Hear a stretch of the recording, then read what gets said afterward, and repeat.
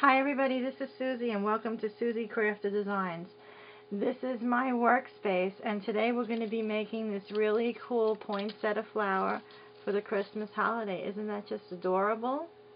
It's roughly about 3 inches in the width from point to point, and I'm going to show you exactly what I used to make them, and here we go. I recently purchased this really cool die set that was made by Sue Wilson from Creative Expressions. I got this from PNW Crafts on the internet, and I was really excited to get these because I wanted to make a few gift projects for the Christmas holiday this year, and I wanted to make my own poinsettias, and I really wanted to have a die to do so instead of cutting out the flowers on my own.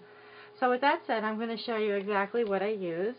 You'll see on the back here that they give you 3 different sizes that are quite nice sizes and 2 really small sizes. So, and the leaves. So what I used is the largest size die. Okay, so you're going to need the die and you're going to need your Big Shot.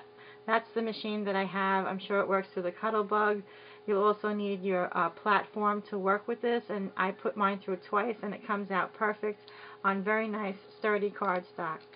You're also going to need the largest size leaf. And so when you cut them out, you'll put your leaf on the paper, and when it comes out, your leaf will pop right out of the other side of this. And they're going to look like this. Okay? So you're going to need 3 of these. You're going to cut out 3 of those. You're going to cut out 2 leaves. And I used the Bazille paper for mine. One is a red color and the other one is green for the leaves. And this is what it looks like. You have to put it through 4 times to get 4 leaves if you want 4. And I needed to use the leaves for the other flower that I made. And so you're also going to need some type of glue. You can use Aleene's Fast Tacky Glue. You can use the Fabri-Tac glue, or just your simple old hot glue. You're also going to need some kind of soft object, whether it's a mouse pad or the McGill pad for softening up the fibers on your flower, on your leaf rather. You're going to need a something to spray with, a water bottle. And it's your choice if you want to have some sparkles or glitter of some kind on your flower in the end when it's done. And you're going to need something like one of these to flatten out your flower. I'm going to be using these on the leaf itself. And you're going to need a pair of pliers to cut the shank off of a button, which I used in the center. And your hot glue, like I said again, so we're just going to take it right from there. And I'm going to zoom up here on my workspace so that you can see exactly what I'm going to be doing here. I'm using my camera on the side. I know it's not the greatest, but this is going to be a nice tutorial, so let's start. Okay, the first thing you're going to do is you're going to take your 3 flowers that you've just punched out with the poinsettia die, and you're going to get your spray bottle, any kind of spray bottle. If you want to use some type of glimmer mist, it's up to you, but I prefer using just water. Just one or 2 spritzes just to make sure the flower gets a little damp, and you'll notice that the flower starts to slowly rise off the table a little bit because it's damp. And what I do is I just tap the flower a little bit and turn it upside down on my craft mat just to make sure that both sides are feeling a little bit soft from the paper, from the water. And then you're just going to get one of these, and you are going to cup each flower like that, where you kind of have your thumbprint indent in there. Okay? It doesn't have to be perfect.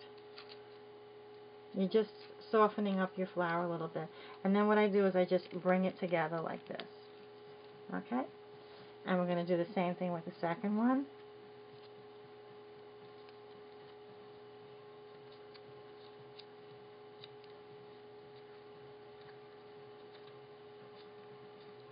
Okay.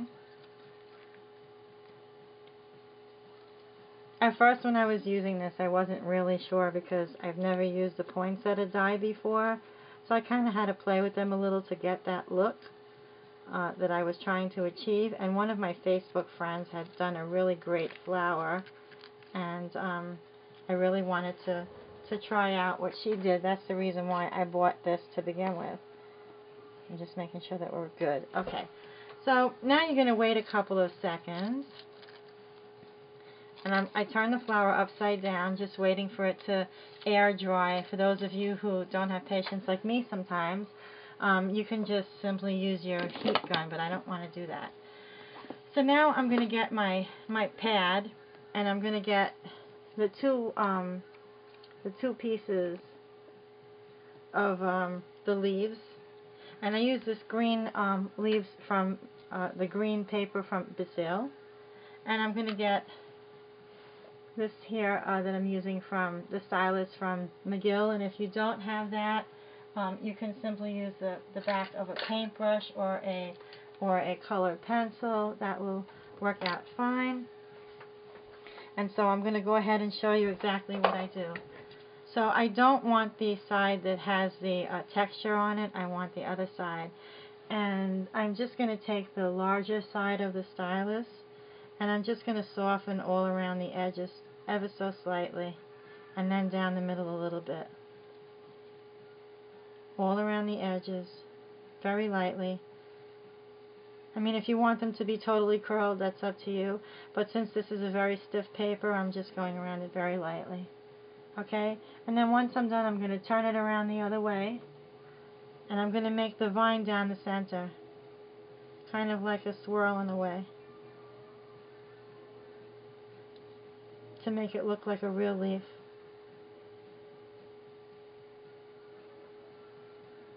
You don't want to do it too hard because you don't want to poke a hole. I'm hoping that you can see that. Okay? Okay, so we're done with that. We're just going to put that over to the side. Get rid of the mouse pad. Okay? And my flowers are basically good to go right now because I only used one spritz of the water. I didn't drown them. I mean, you can if you want to, and then I wouldn't do that. And this paper that I used here is not as heavyweight as the other paper that I used. If it was a heavier weight paper, I would have put a little bit more water, but this is good exactly what I did. So you're going to take your flower, and in the center here, in that circle, you're just going to add some glue. So I'm not going to talk, and I'm just going to show you what I did. It's okay to bend the flower back to get the glue in. And offset your petals. By offsetting means you don't want them to line up with each other. You want them to be offset, like the poinsettia would be. Okay? And then you're going to get your third flower, and you're going to do the same with that one. Offset.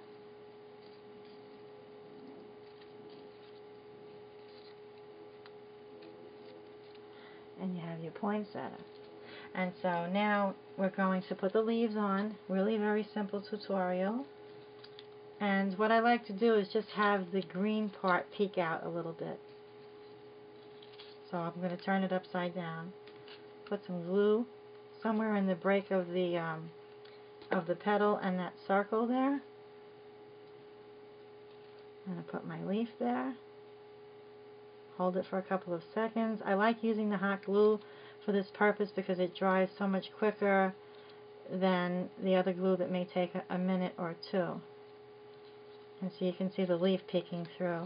And now I want this leaf just to peek up a little bit more. So I'm going to put that one on top of the green leaf a little to the side.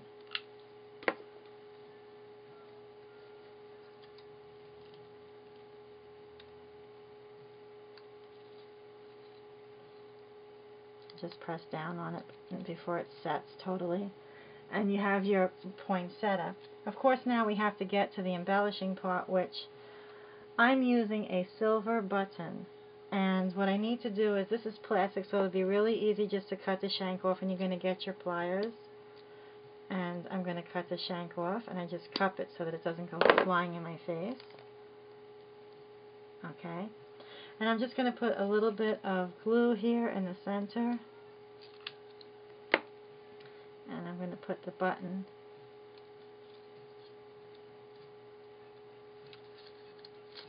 in the center. sorry, I just want to get rid of the strand of glue. And now we have a really pretty poinsettia flower. And these are great. I really like the way they look. I have here this other one that I made was a different kind of cardstock. It's more like a deeper red, closer to a burgundy, if you would. And I kind of like the darker color much better myself, to be totally honest.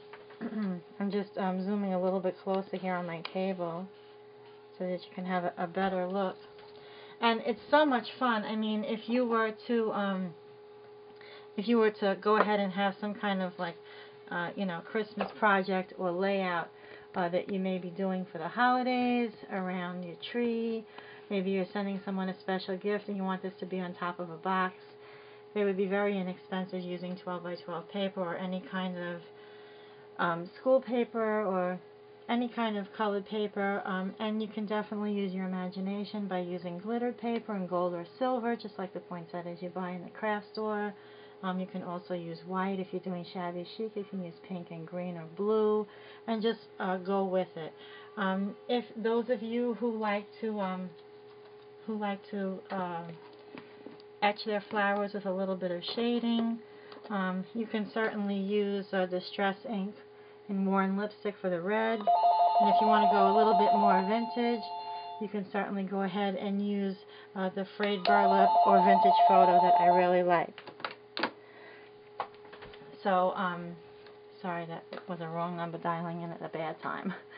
So, okay, yeah, and that would really be it. So, don't forget to go to the link below to check out where I had purchased the poinsettia die in case you're interested in going ahead and getting one for yourself.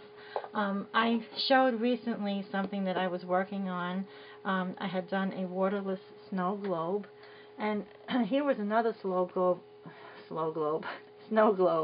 that I created a couple of weeks back, and I just haven't had a chance to do a video on this one yet, but did one yesterday and shared that with you. But how cute would that look, like really, glued onto the glass? It would look really adorable. So, okay friends, thanks so much for tuning in today and have a great day. Bye.